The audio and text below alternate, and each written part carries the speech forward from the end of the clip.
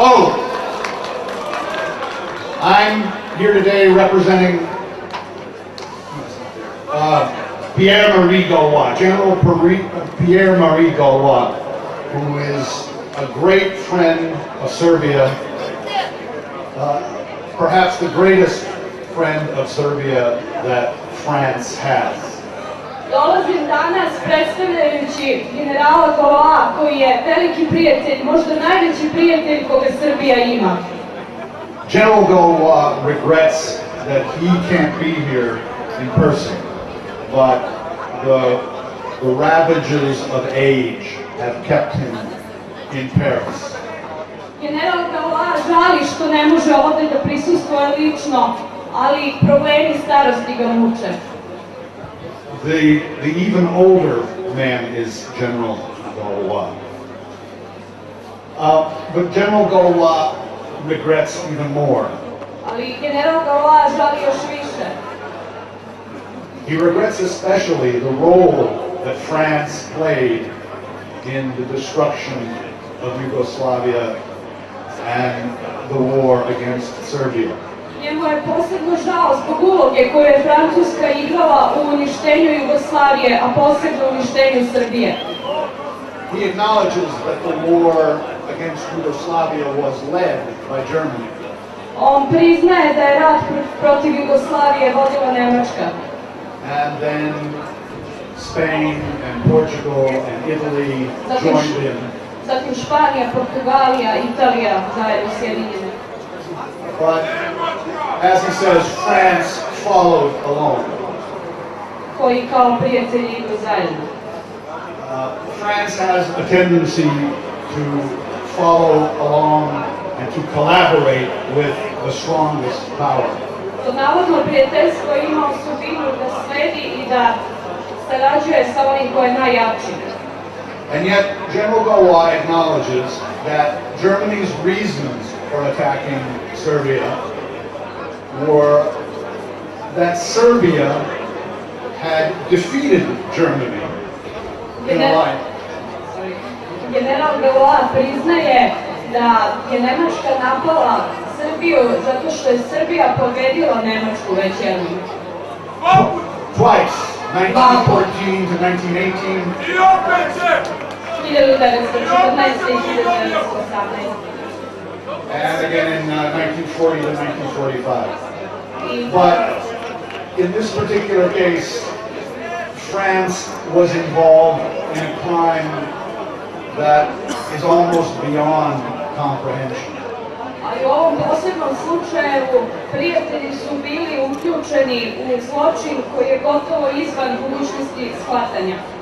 General Gaulois compares the destruction of Kosovo with the destruction of the ancient French culture. General Gaulois poredi uništenje Kosova sa uništenjem stare francuske kulture. The bombing of Kosovo with the bombing of the Loire Valley or of Paris itself. Poredi bombardovanje Kosova sa bombardovanjem samog Pariza. But this time Paris was not bombed and Paris's culture is intact.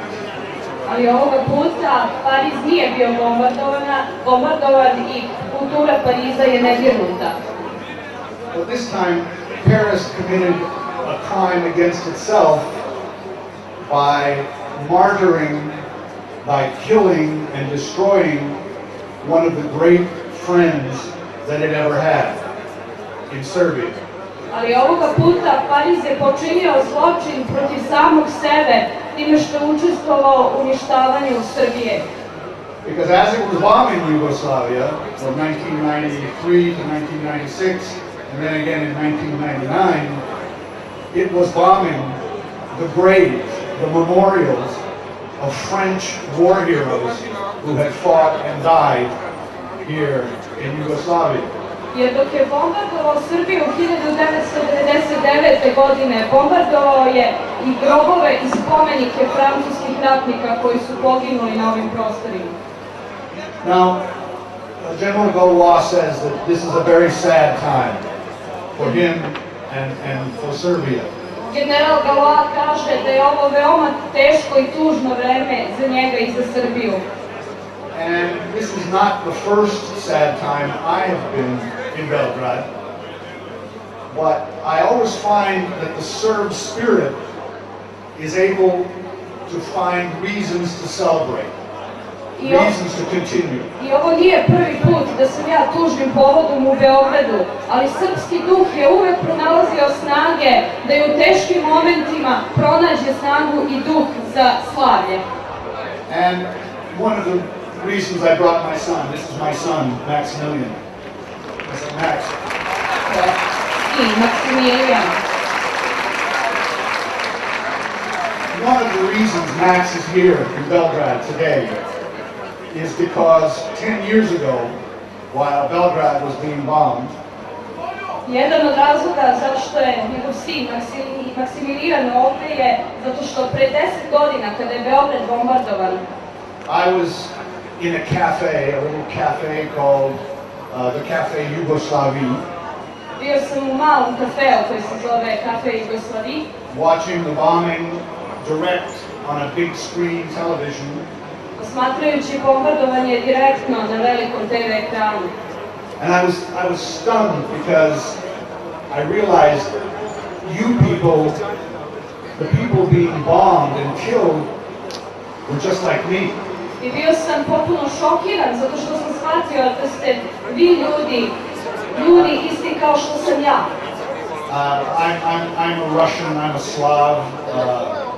You live in the same kind of houses, that we live in the same sort of cities. Belgrade is very much like New York. Ja sam Rus, ja sam Sloven, Beograđani žive u kućama koje su nalik kućama poput onih u New Yorku. And I felt I had to do something. I had to do something to help you. I osjećao sam da moram nešto da učinim da vam pomognem. But there was nothing.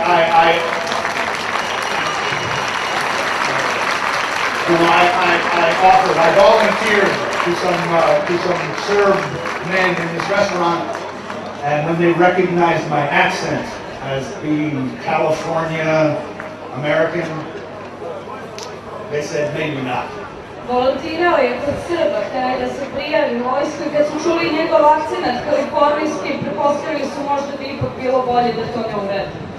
But it was then I knew that I had to come to Belgrade. And it was then I knew that there was very much to be done. Ali tada sam znao da moram doći u Beograd i tada sam znao da ima mnogo toga da se uradi. And the young woman I was with at this time, much too young a woman, suggested that maybe I was too old to be of any good in Belgrade. Mlada žena sa kojom sam tada bio, veoma mlada žena, je sugerisala da sam možda previše star da bih nešto uradio. So it was at that time that Max became an idea. U to vreme je Max rodio se kao zamisao. After the bombing stopped, Max was conceived. Kada se bombardovanje završilo, Max je začeo. And the next May he was born. And now, 10 years later, he is over here to join me in saying to you all that you must continue. And long live an anti-fascist Serbia, and long live the brotherhood of Slavs, of Russia and Serbia, and long live Yugoslavia. Sledećeg maja